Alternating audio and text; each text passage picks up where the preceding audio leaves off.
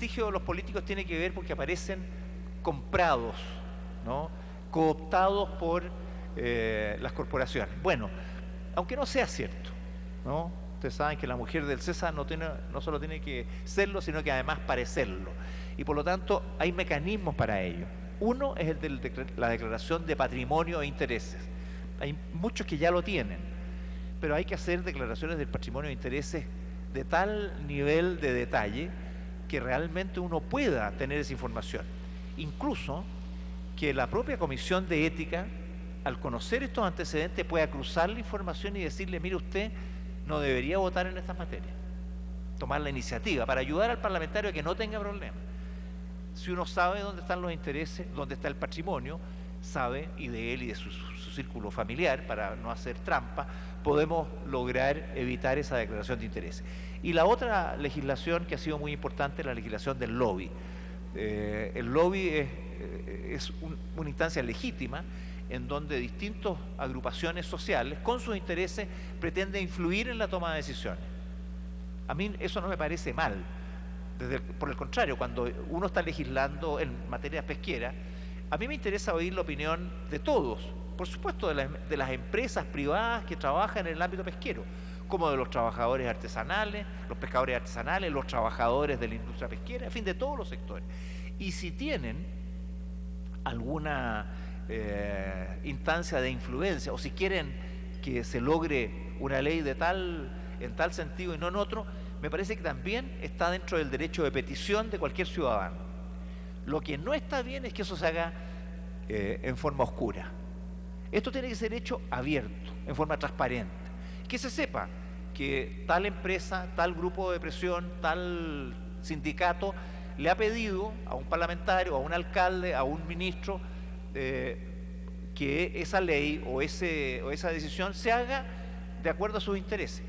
No es ilegítimo manifestar los intereses en una democracia. Lo que es ilegítimo es que los que deciden lo hagan cooptados, sobornados por intereses espurios a la hora de las decisiones, porque lo que le interesa al país es que nosotros tomemos la decisión que apunte al bien común, al bien de todos, y no a los intereses particulares de los ciudadanos. La ley de lobby ayuda a transparentar. Bueno, estos son las áreas temáticas que bajan los 4 ejes y que se desarrollan una multiplicidad de programas de acción, recopilaciones de estudios, intercambios de experiencia, la instalación de estándares normativos que podamos nosotros ir elaborando a través de este tipo de trabajo en reuniones que puedan tomar estos temas, la elaboración de indicadores continentales para cada eje. Esta fue una sugerencia que hizo Marcela Guerra, que nos parece muy atendible para saber cómo nos movemos dentro del contexto, mecanismos de seguimiento para asegurar que las cosas que se aprueban se cumplen, y el tema de la difusión de la Declaración de Santiago era importante porque es como la Constitución, como diríamos los católicos, el certificado de bautismo, es decir, el que le da el origen a nuestro trabajo en la red. Creo que es un texto de mucho interés porque aborda bastante bien esta materia. Esto lo trabajamos junto con la OEA y luego en nuestro país con la participación de muchos, y llegamos a un texto que es bastante valioso. Bueno, tal vez me he extendido mucho, Marcela, pido mis disculpas, pero esta es la presentación de este programa de trabajo que queríamos hacer, porque aquí está el corazón de lo que esta red desde Parlamérica quiere hacer, y me parece que es muy importante que ahora conversemos, intercambiemos opiniones y discutamos este plan. Gracias. Muchas gracias, senadora Larraín, presidente de la Red de Parlamentarios por la Transparencia de Parlaméricas. Y bueno, se abre ahora el debate, el diálogo entre nosotros. Favor de solicitar la palabra a todos los colegas. Sí, adelante.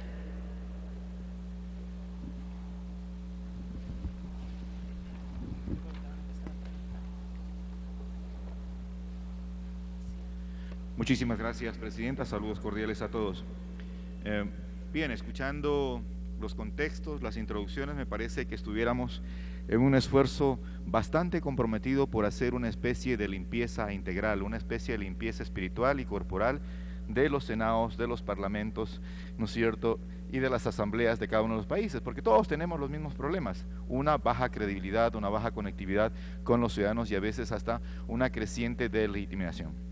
Voy a plantear algunas ideas generales y otras que pretenden aterrizar este plan de acción bastante ambicioso y bastante bien concebido que ha presentado el senador Larraín. Parodiando a Andrés Oppenheimer en su libro Crear o Morir, creo yo que estamos obligados a tratar de estructurar un equipo de alto rendimiento, de gente de buena fe, que intentamos superar estos graves escollos de corrupción, de falta de transparencia, de incoherencia entre lo que prometemos muchos a veces en campaña y lo que realmente ejecutamos con nuestros actos, con nuestras decisiones y con nuestros votos. Entonces, dicho esto de intentar integrar un equipo de alto rendimiento, creo yo que hay que consolidar alianzas con los aliados naturales, en este caso Naciones Unidas, PNUD, también por ejemplo veo aquí a Alicia Todd de Canadá, GOPAC, la Organización Mundial de Parlamentarios, se integró precisamente a una iniciativa de Canadá y creo que esa también está haciendo un esfuerzo por los mismos ejes que hoy estamos hablando acá, democracia, igualdad de género, transparencia. Y en esa línea creo que hay que unificar esfuerzos y hacer evaluaciones y tener una base de datos. Ahí veo, dice recopilación de estudio, intercambio de experiencias, me parece totalmente válido. Cuando hablamos de parlamento abierto, lo importante sería preguntarnos ¿y hasta dónde? Solamente hasta poner en evidencia lo que estamos haciendo en el día, lunes, martes, etcétera, lo que hicimos esta semana, la otra, o vamos a ir haciendo una evaluación y tratando de establecer indicadores para ver si se cumplieron nuestras metas, si salieron las leyes como se aspiraba a la gente que salgan, o tomara una extorsión totalmente grave. Y allí yo digo que hay que potencializar un seguimiento ciudadano. Nuestros electores van a las urnas a veces a regañadientes, como dándonos el beneficio de la duda, ¿será que esta vez sí? Porque luego, como dicen aquí en México, ¿no?, después de tanta mentirita, pues ya la gente no tiene confianza. Y entonces, este seguimiento de los ciudadanos puede evaluar precisamente cómo votó su diputado. Y creo yo que ahí hay que establecer un parámetro, no sé si en las páginas web de cada Asamblea Nacional o Senado, de que los diputados justifiquen, voté por esto, ¿no? Porque muchas veces, a veces se han presentado leyes que en el título parecen buenas, parecen lindas, pero ya por ahí tienen 10 artículos buenos y 2 que bien malos, ¿no? Entonces se contamina, se daña y se distorsiona, y es como decir, pues, 10 de dulce, pero 2 de veneno, y entonces esa termina dañando la aspiración de las gentes. Todos los países, o por lo menos creo yo que la gran mayoría, tenemos leyes de transparencia, de acceso a la información, y ahí hay unas disposiciones muy lindas, pero poco aplicables, y yo creo que sería necesario ciertamente evaluarlas, porque como decía el senador Larraín, por ejemplo, en nuestro sistema también está previsto incluso constitucionalmente la acción de acceso a la información o de habeas data, pero realmente se cumple muy poco. Y un rubro que tenemos casi perdidos o que está olvidado para todos los senadores es el tema de la fiscalización. ¿Cuánto hemos hecho en fiscalización? Y a veces muy poco, o porque tenemos que ayudar a proteger un gobierno, o porque este gobierno tiene mayoría absoluta y están totalmente bloqueados los canales de fiscalización, y entonces ahí le quedamos a deber a la gente. En esta línea me parece que es necesario abogar porque en nuestros sistemas legales se garantice la independencia de las autoridades de control y de justicia. Si no tenemos una justicia independiente y el que tiene que fiscalizar o el que tiene que hacer las cuentas o investigar no lo hace porque tiene que cuidar o hay un compromiso político, pues no vamos a concretar esta fiscalización. Y en esa línea creo que es necesario también reformular leyes penales procurando mayor eficacia en la lucha contra la corrupción y el acceso a la transparencia. Es más, tratar de implementar acción popular para denunciar la corrupción, que cualquier ciudadano lo pueda hacer. Además hay que intentar proteger a los denunciantes. Estaba en Yogyakarta hace algunos días y tuve la grata coincidencia de estar con la senadora Marta Chávez Cosío del Perú, y nos decían que ellos, siguiendo el lineamiento del Eurosocial, de la Comisión Europea, incorporaron en su Código Penal la figura del colaborador eficaz. Creo que ahí hay que hacer alguna acción. Y es más, yo quiero ser un poquito más ambicioso. Creo yo que hay que incluso buscar incentivos para quien se atreve a denunciar, porque quien tiene la valentía de denunciar recibe toda la arremetida, ¿no es cierto?, como torero sin capote del establishment, del statu quo, de la organización, de la estructura, y claro, si no es protegido, es el primero en ser cuestionado e investigado.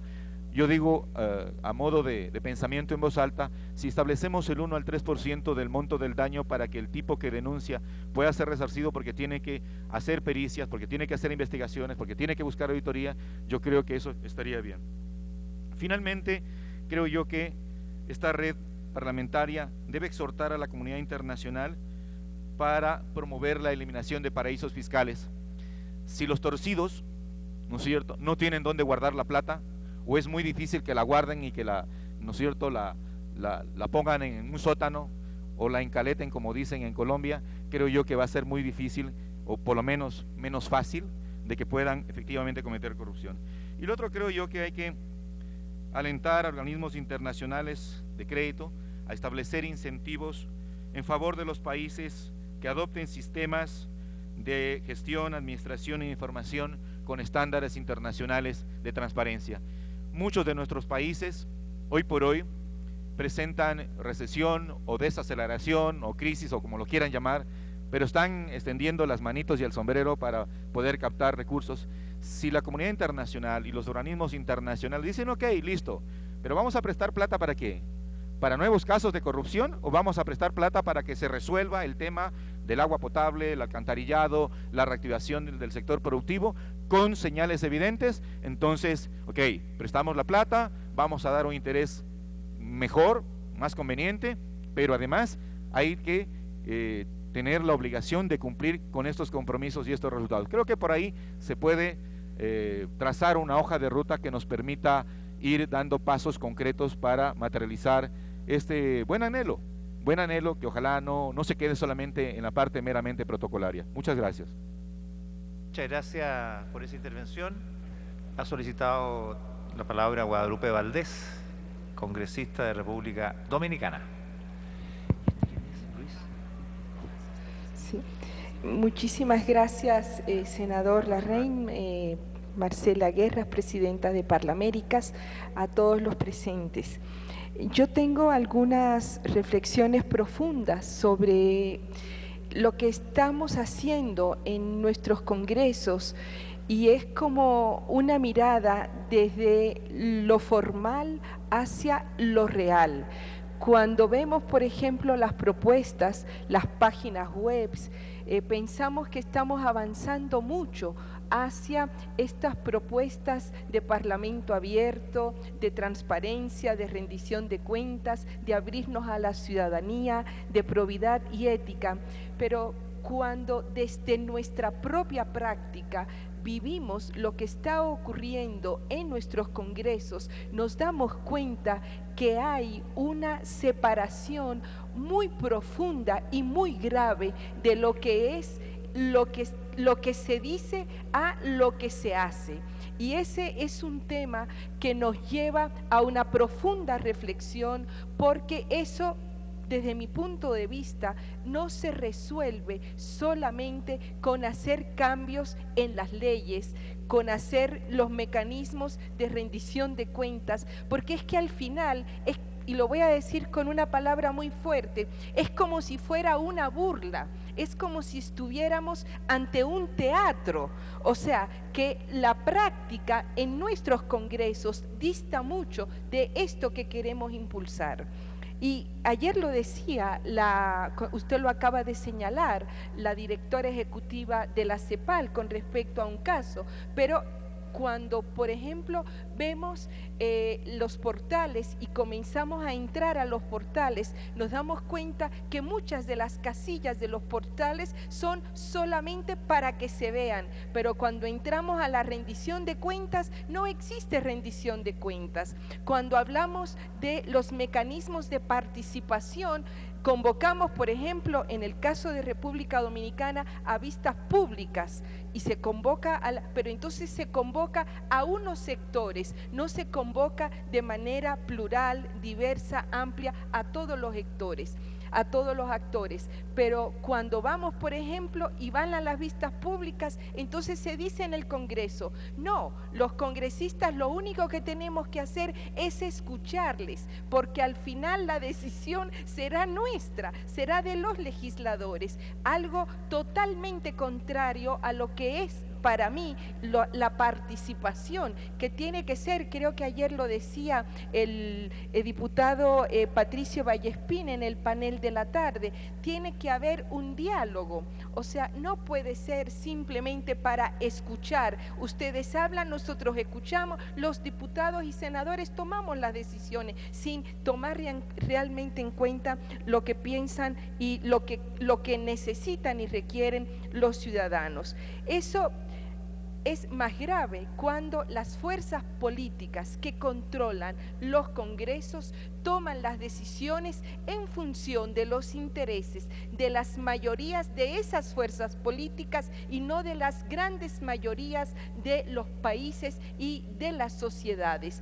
Y eso es un tema muy delicado a tomar, porque entonces las minorías no tienen participación, no tienen representación, tanto las minorías étnicas como las minorías sociales y de los sectores más vulnerables. Entonces, a mí me parece que todo esto hay que acompañarlo de mecanismos de vigilancia y de control, pero fuera de los congresos, porque si no, seguiremos haciendo los mismos teatros para el país y no estaremos realmente yendo al fondo de generar los cambios. Creo que hay que fortalecer la capacidad de las propias organizaciones sociales, de la sociedad civil, para que esto tenga una columna fuerte en esa sociedad que creo que se señalaba en uno de los paneles de ayer tarde también. Muchas veces no tienen ese acompañamiento técnico porque hay una mirada de que los organismos internacionales tienen que trabajar oficialmente con los congresos o oficialmente con los gobiernos, y yo creo que eso hay que cambiarlo para que realmente se pueda trabajar directamente con esa ciudadanía que tiene un compromiso y una responsabilidad de avanzar en estos procesos.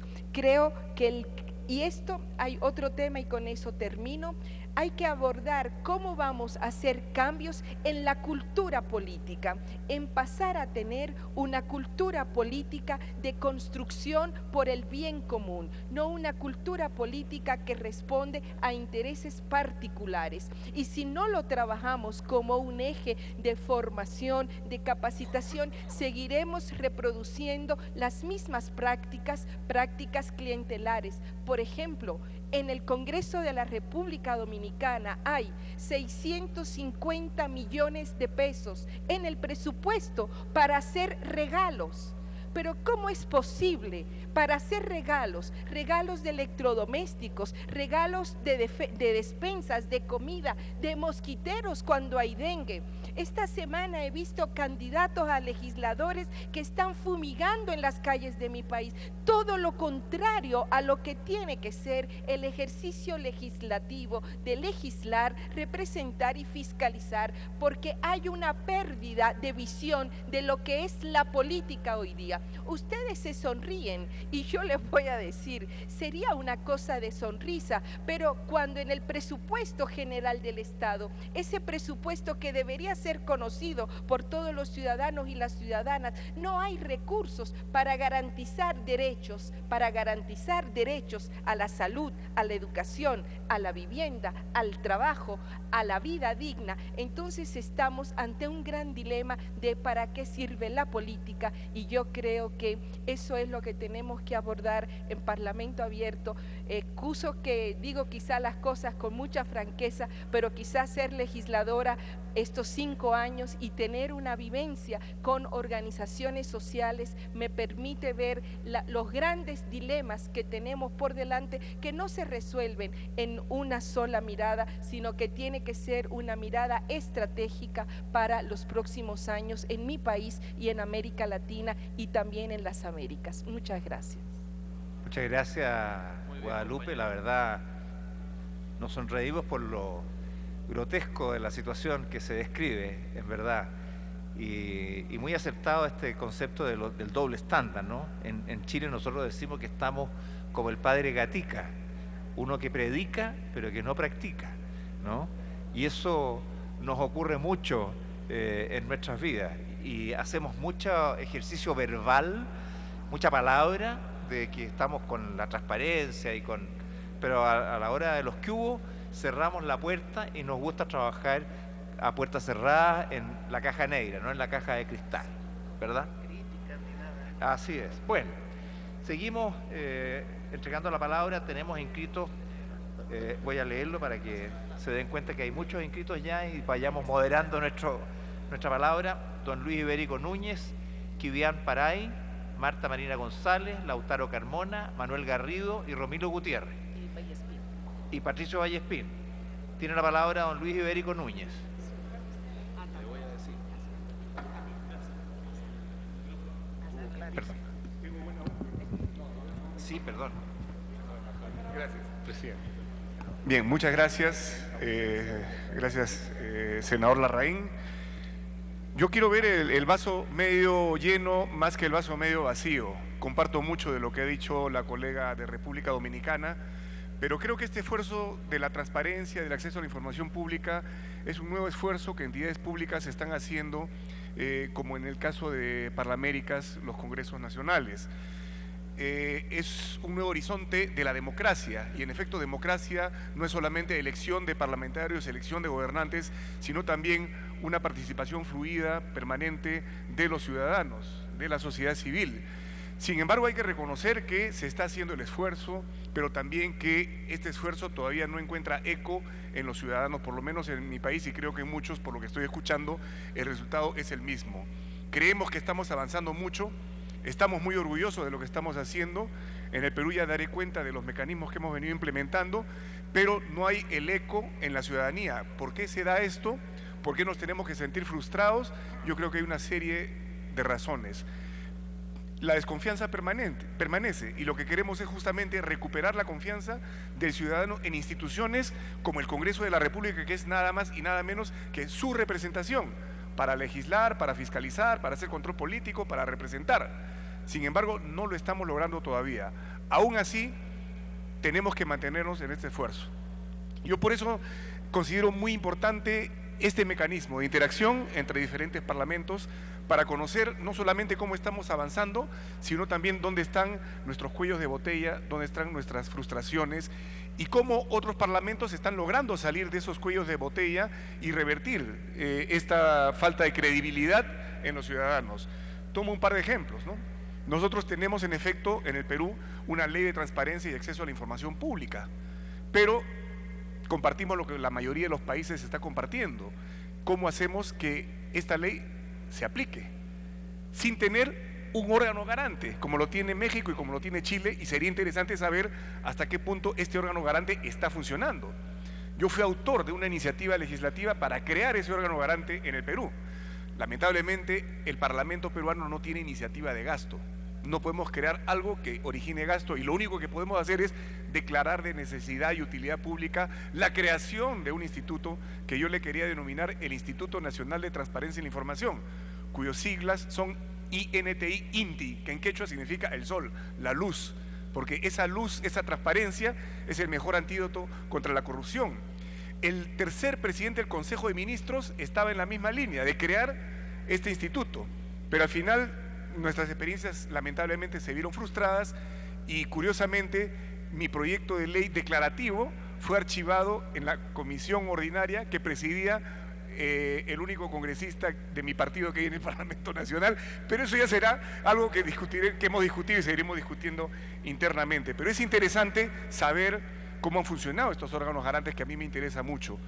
En el Perú, por ejemplo, en materia de defensa del consumidor, hace décadas tenemos un instituto que es el Indecopi y está dando muy buenos resultados. De hecho, yo como ciudadano lo he utilizado un par de veces sin ser congresistas, el libro de quejas del consumidor. La primera vez no tuve que ni escribir mi queja porque enseguida solucionaron mi problema, y la segunda vez escribí mi queja y vino corriendo el gerente, llegamos a una solución, a un acuerdo, se levantó un acta, me desistí de la queja y todo funcionó muy bien. Sería interesante saber a lo largo de esta reunión cómo ha ido funcionando estos órganos garantes, el INAI de México y el Consejo de Transparencia de Chile. Creo yo que el control ciudadano, y con esto voy a terminar para que todos podamos tener tiempo de intervenir, es muy importante para todos nosotros. El control ciudadano es una herramienta muy eficaz, pero creo yo que también tenemos que hacer esfuerzos, y en el Congreso peruano ya daré cuenta de los esfuerzos que estamos haciendo para capacitar y preparar a ese ciudadano para que ejerza correctamente el control, porque también se cometen algunas veces excesos en la expectativa que tiene el ciudadano o que tienen los medios de comunicación con respecto a lo que puede hacer o está haciendo el Parlamento Nacional. Es una cosa en el Perú, a pesar de que tenemos tantos años dentro del sistema democrático sin golpes de Estado ni cosas que nos sobresalte, que el ciudadano, sobre todo el menos informado, cree que el congresista puede hacer obras, que el congresista puede dar regalos, y el congresista ni hace obras ni puede dar regalos, porque eso desnaturaliza la función del Parlamento. Entonces me parece que uno de los desafíos que tenemos, y tiene que estar dentro de nuestros programas de acción, es ciudadanizar al ciudadano, capacitar al ciudadano, preparar al ciudadano, que no puede ser una labor de hormiga, evidentemente, pero sí puede utilizarse otros medios, como los propios medios de comunicación, muchas veces también bastante desinformados sobre lo que puede, debe o está en la capacidad de hacer el Congreso de la República, a través de la sociedad civil, a través de las ONGs, hacer esfuerzos para ciudadanizar al ciudadano, porque el ciudadano bien preparado, bien capacitado, está en mejores condiciones de ejercer ese poder de fiscalización y de control que tiene que hacer sobre sus instituciones, el Congreso de la República, el Poder Judicial, el Gobierno Central, la Municipalidad, etcétera. Pero ese es un gran desafío que tenemos, que es el de preparar y capacitar a nuestros propios ciudadanos. Muchas gracias. Muchas gracias, Luis Ibérico Núñez de Perú, y tiene el uso de la palabra Kyubam Paray de Panamá. Adelante. Sí, reiterando los saludos a todos. Yo más que nada, pues, en cuanto a los temas de los 4 ejes, en cierta forma y existe mucha experiencia en cuanto a la legislación de los temas de transparencia y el acceso a la información pública. En mi país existe una ley que ya data hace varios años y que siento ha funcionado bien, a pesar que no hay un organismo que la regente, bueno, lo regenta el propio órgano judicial a través de el recurso de habeas data, y ha funcionado en cierta forma bastante bien. Y también legislaciones sobre rendición de cuentas y sobre probidad y ética, pero legislar sobre la participación ciudadana, cómo organizarla y cómo promoverla y este tipo de cosas es un poco más complejo. Nosotros hace poco hemos culminado un proceso de reforma de la ley de descentralización y quisimos introducirle o fortalecer los conceptos de participación ciudadana como un mecanismo que permita la protección de los recursos que utilizan los municipios. Y se nos hizo un poco complejo. Yo quería más que nada poder escuchar las experiencias de algunos de ustedes sobre legislaciones en materia de participación ciudadana, su reglamentación, su organización, e inclusive de alguna forma cómo promoverla, porque al final creo que en la medida en que haya participación ciudadana, los demás ejes se fortalecen, porque de nada sirve una legislación de transparencia y acceso a la información pública si no hay un verdadero proceso de participación ciudadana. En mi país, por ejemplo, los que ejercen en su mayoría los procesos de solicitud de información son los medios de comunicación, pero la ciudadanía muy poco, y lógicamente los medios también tienen sus propias agendas, tienen sus propios intereses. Entonces, sí quisiera poder conocer la experiencia de parte de algunos sobre legislaciones en materia de participación ciudadana. Gracias. Muchas gracias, compañero de Panamá, y tiene el uso de la palabra Marta Marina González de Nicaragua. Adelante, diputada.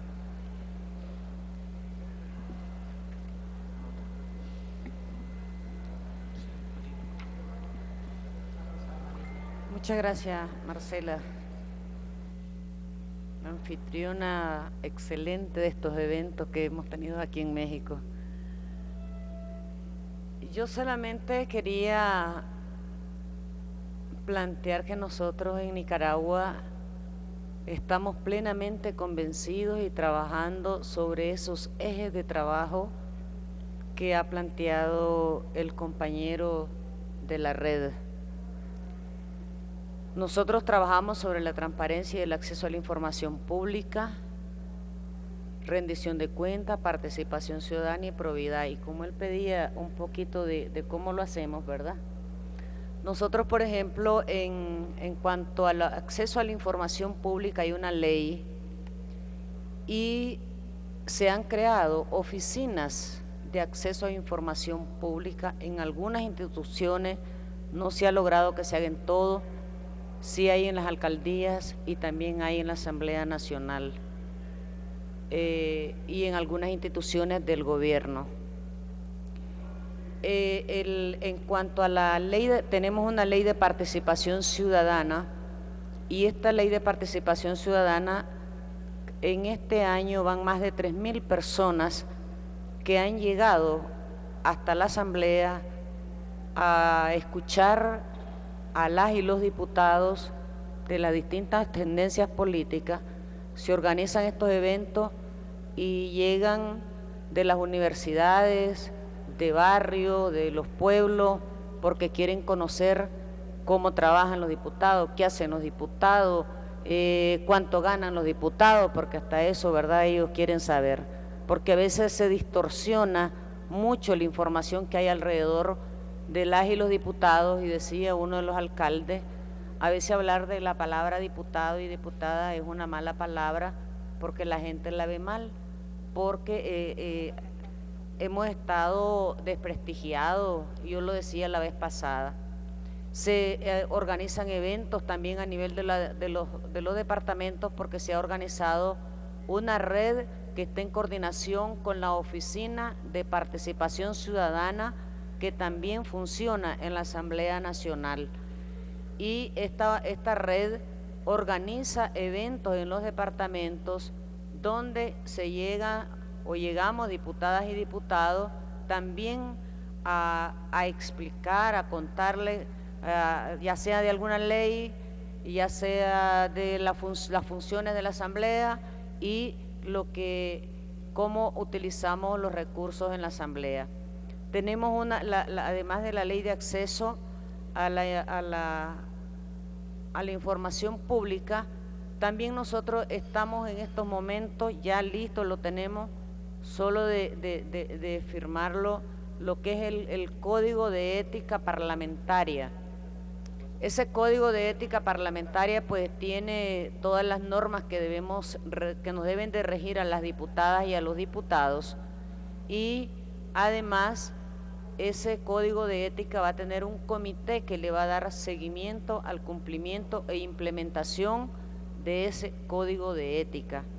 Nosotros tenemos también una ley de probidad que eso rige para todas las servidoras y servidores públicos que son servidores. Tenemos el manual de normas técnicas de control interno también en la Asamblea, donde se ha formado también una comisión institucional que le da seguimiento y que ejerce control sobre el uso de los recursos, de la transparencia y de que haya efectivamente se aplique lo que es la ética parlamentaria. Hay una normativa de conducta también en la Asamblea Nacional para las servidoras y los servidores públicos en general, no solo para los diputados y diputadas. Y está la ley orgánica del control de la Contraloría General de la República y del Sistema de Control de la Administración Pública y Fiscalización de los Bienes del Estado. Ellos generalmente hacen esa fiscalización y a los funcionarios públicos y a las funcionarias. Incluso cuando nosotros entramos y asumimos el cargo, rendimos cuenta a la Contraloría General de la República, al salir tenemos que volver a rendir cuenta y si se es reelecto pues vuelve nuevamente a asumir esa responsabilidad de rendir cuenta ante la Contraloría General de la República. Entonces, creo que a nosotros nos hace falta, y me parece por eso importante, el programa de acción que ha planteado Larraín, Hernán, no sé qué se me hizo Hernán, ¿verdad? Pero me parece que el programa de acción es muy importante porque tenemos los ejes de trabajo, estamos trabajando sobre ello, las áreas temáticas que nosotros ya tenemos, las leyes, pero no tenemos nosotros hecho un estudio a profundidad de cómo nosotros estamos y se ha aplicado estas leyes, hacer una especie de evaluación, como lo hemos hecho en el caso de la aplicación de todas las leyes y de lo que se ha hecho en cuanto a la incorporación de la temática de género en la Asamblea. Esto sería importante hacer el estudio para ver cómo andamos, tener los estándares normativos para poder medir. Los indicadores son los que nos permiten saber hasta dónde vamos cumpliendo o no cumpliendo estas leyes, ¿verdad? Y estas normas que tenemos. Entonces creo que es muy importante ya entrar, en el caso nosotros como Nicaragua, yo lo voy a plantear a la comisión a la cual yo pertenezco para trabajar sobre lo que es el programa de acción, porque nosotros ya tenemos prácticamente todos esos ejes temáticos y alrededor de eso hemos estado trabajando. Muchas gracias. Marta Marina, ese aporte, Nicaragua está ciertamente muy comprometida y nos alegramos mucho de eso. Le ofrecemos la palabra a nuestro compañero don Lautaro Carmona, de Chile. Compañero de verdad. Muchas gracias, presidente. Un saludo a todos quienes están participando de este panel. Quiero compartir alguna reflexión de la importancia que para mí tiene este encuentro, no solo por quienes estamos presentes, sino por la temática que este tiene. Y lo digo porque creo, desde mi mirada, que esto tendrá su culminación o llegará hasta el final en tanto estas mismas temáticas las compartamos en los parlamentos nacionales y saquemos opinión y compromiso al respecto. Estos son temas, a mi juicio, valóricos que siempre deben haber estado presentes en la actividad política.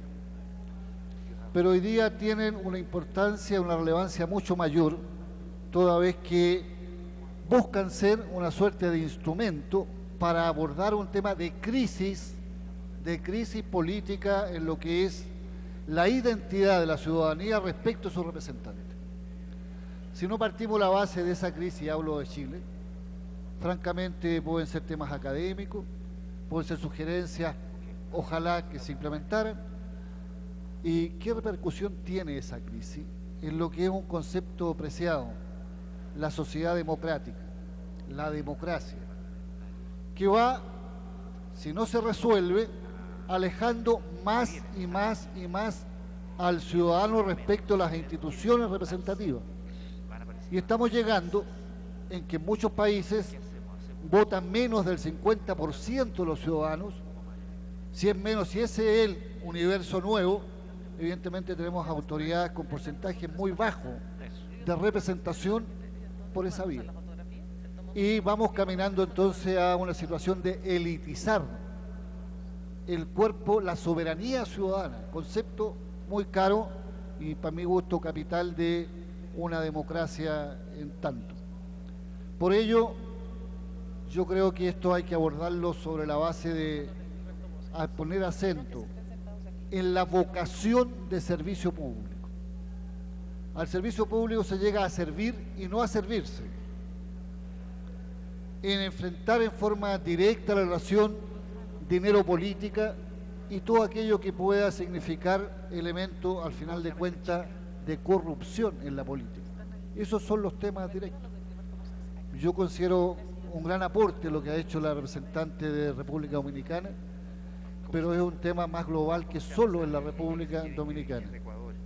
Quisiera, por consiguiente, imaginarme que vamos a llegar alguna vez a achicar, a acortar la relación de cuando la ciudadanía deposita confianza en un representante y que no sea entre periodo y periodo electoral. Debe existir la revocabilidad del cargo cuando se demuestra que alguien compromete A y luego tiene conducta B. Cuando alguien hace eso en un supermercado y le venden Rinzo y era chocolate, uno dice, me estafaron. Bueno, aquí también me estafaron cuando comprometen una idea y la conducta de otra. ¿Por qué la crisis de confianza en los representantes? Ni por los colores de la corbata, ni por la forma en que se vistan, porque hay graves problemas, por ejemplo, la brecha de la desigualdad, por ejemplo, los derechos y la posibilidad que esos derechos se cumplan. Esos son los temas que cuestiona la ciudadanía. No es fan club, no es seguidor de un cantante. La ciudadanía quiere efectivamente ejercer su derecho a ser el poder mismo, y los mandatados, los mandatarios, tenemos que asumir eso sobre la base de que hay que rendir cuenta de la gestión en forma regular. Yo quiero terminar, para no abusar con el tiempo y esperar las otras intervenciones, indicando que yo no sé cuántos parlamentos, sería para mí muy importante conocer. La ciudadanía tiene iniciativa de ley. Eso es una forma de empoderar a los ciudadanos en forma real. ¿En cuántos lugares, cuál es la proporción de iniciativa de ley de los parlamentarios en nuestro país? Y otros colegas podrán precisar con números. La iniciativa parlamentaria está restringida a que no implique gasto fiscal, o sea, tendiente a cero. Quizá el nombre de las calles, cuesta mucho encontrar, y entonces el instrumento legislativo que es electo tiene una capacidad ociosa, se pierde una inteligencia porque no existe ese mecanismo. Pero ¿para qué decir en el tema de la iniciativa ciudadana? ¿Por qué nombro esto? Porque creo que no existe contradicción entre la democracia representativa y la democracia participativa. Ambos conceptos tienen que fusionarse, y estos temas son clave para la riqueza de ese concepto una vez que se ponga en práctica. Muchas gracias. Muchas gracias, diputado Lautaro Carmona. Colegas estimados, por favor vamos a pedir que tengamos nuestras participaciones breves, concisas, claras, puntuales, a fin de que los 10 oradores que restan puedan también hacer uso de la palabra, porque estamos sobre el tiempo y nos espera un gran día ya un poquito afuera en la escalinata para tomarnos una foto, la foto del recuerdo, y muchas gracias. Bueno, aquí manda la doña de casa, así es que nos vamos a ir cortito. Don Manuel Garrido, usted es el primero que vamos a ver si cumple los 2 minutos. Voy a cumplir estrictamente, señor presidente. Quiero primero felicitarlos a ambos por la evolución de esta iniciativa y por el estado de avance del trabajo conjunto que cada vez se va intensificando y que va cada vez siendo más importante en contenido, alcance y objetivos. Así que primero, mi felicitación. Segundo, quería hacer una observación a los ejes de trabajo que quizás pueda ser tenida en cuenta a efectos de enriquecer el trabajo pendiente. Por supuesto que los ejes de trabajo me parecen adecuados, pasan por la agenda sobre la que venimos trabajando a nivel nacional y a nivel regional. Quería marcar unas pequeñas observaciones a un par de cuestiones, pero que giran en torno de la idea de control. Y que están vinculadas con toda esta agenda y que tienen que ver con el papel de control del Congreso, tanto de autocontrol, porque cuando estamos hablando de probidad y ética administrativa estamos hablando de los desafíos que tenemos los parlamentarios para controlarnos a nosotros mismos, y sobre eso me parece interesante pensar, y mi observación va en el sentido de el alcance de las facultades de estas comisiones de ética y transparencia en cuanto a esas facultades de control, y pensar en en trabajar sobre algún tipo de perfil de estas comisiones u oficinas que tengan dientes, como decimos habitualmente en este ámbito, y que no se queden en una cuestión puramente nominal. De hecho, hemos compartido algún tipo de experiencia en algunos países en donde justamente se ha trabajado para avanzar en esa posibilidad de controlar y superar muchas veces los vínculos que existen entre los legisladores y que bloquean la posibilidad de controlar conflictos de intereses, etcétera. Mi segunda observación, y con esto termino, tiene que ver con la función de control externo del Parlamento y tiene que ver, ahí aparece en el tema de presupuesto, cuentas públicas, pero que me parece que va más allá y que tiene que ver con cómo el Congreso realmente controla tanto en la elaboración del presupuesto como en las cuentas de inversión, es decir, en cómo se ejecuta ese presupuesto, y también otros aspectos en los cuales el Congreso también controla, por ejemplo, actividades de inteligencia, etcétera, y que me parece que tienen que ver con esa función de rendición de cuentas, y de hecho me parece que es un tema que podemos pensar. Gracias. Gracias, Manuel, no solamente por lo que has planteado, sino que también por ajustarte al tiempo. Y el tema del control ya lo había planteado también en su modo Guadalupe, y creo que es un tema que debemos fortalecer probablemente o explicitar en este plan de acción. A continuación, le ofrecemos la palabra también en forma breve a don Romiro Gutiérrez.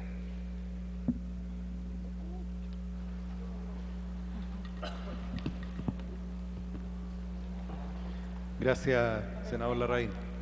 Bueno, en primer lugar, creo y manifestar, como lo ha dicho el diputado Lautaro Carmona, estos temas son de gran importancia e interés para cada uno de nuestros parlamentos, pero que el desafío está en cómo lo llevamos a nuestra casa, a nuestro parlamento y al trabajo parlamentario cotidiano.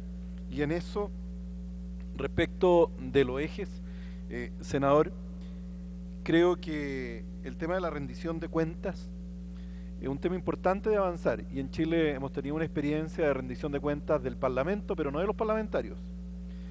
Y se generó cierto grado de incertidumbre respecto de cómo debiera ser una rendición de un parlamentario frente a sus electores. Y aquí han habido muchos juicios de valor, cómo es la función parlamentaria, cómo actuamos en campaña y después en nuestro trabajo legislativo y territorial. Y evidentemente creo que ahí hay un desafío para ver cómo se avanza.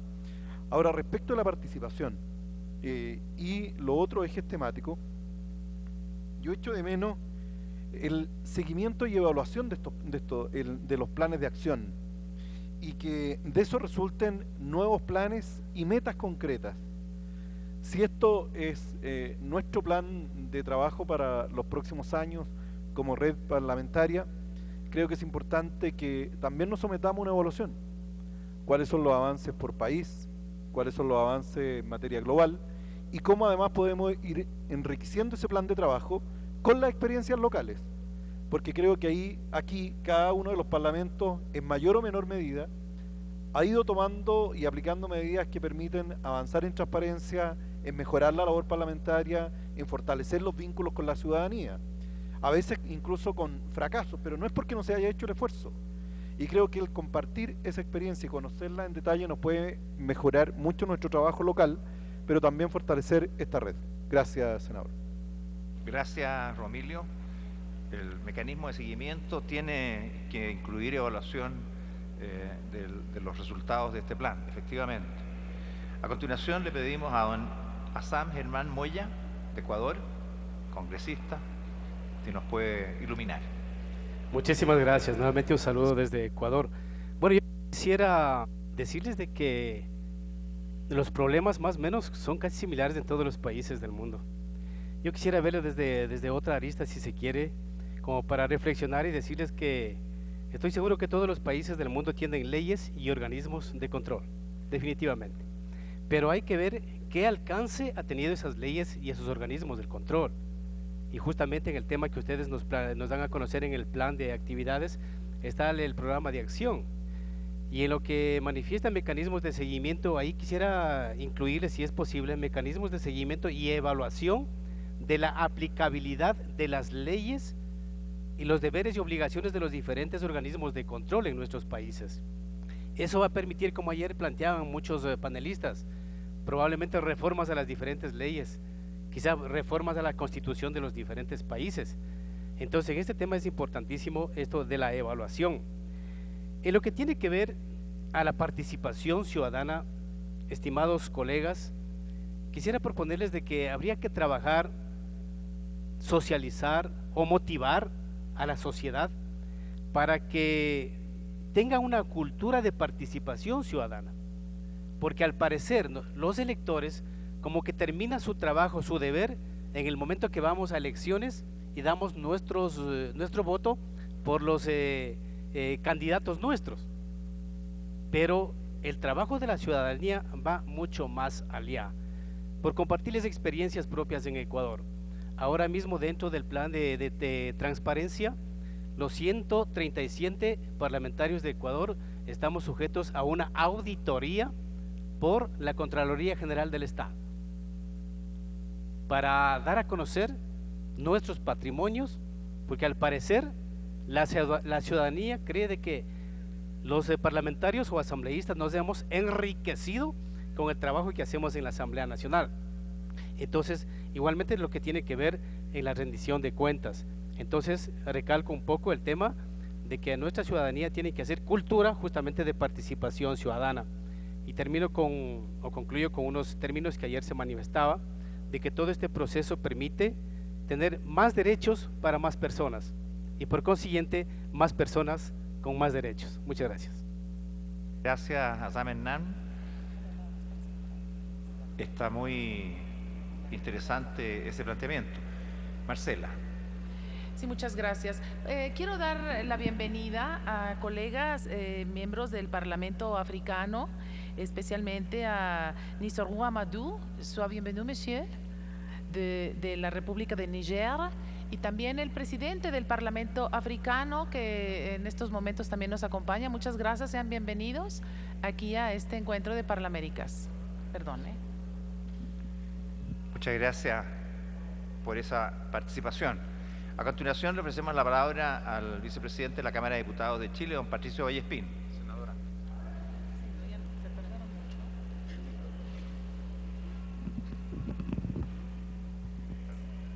Bueno, muchas gracias, Hernán. Bueno, partir felicitándonos porque tenemos hoy presencia de 12 congresos participando y amigos de África que nos estén acompañando. También refleja que este es un tema, como yo decía ayer en el panel, que llegó para quedarse, que no es una moda, que debemos tomarlo como una oportunidad y nosotros poner la mejora en los estándares de probidad, transparencia, ética, etcétera, porque esto va a ser por convicción o por obligación, pero va a ser, porque la sociedad civil ya no espera otra cosa que esta, y si no lo hacemos, bueno, la credibilidad va a seguir bajando. Y es por eso que es tan importante que si logramos al menos sacar de la mente de la gente que nosotros no estamos capturados por intereses corporativos y que nuestro actuar tiene que ver con el interés del votante y no del donante de recursos, por Dios que vamos a marcar una diferencia importante.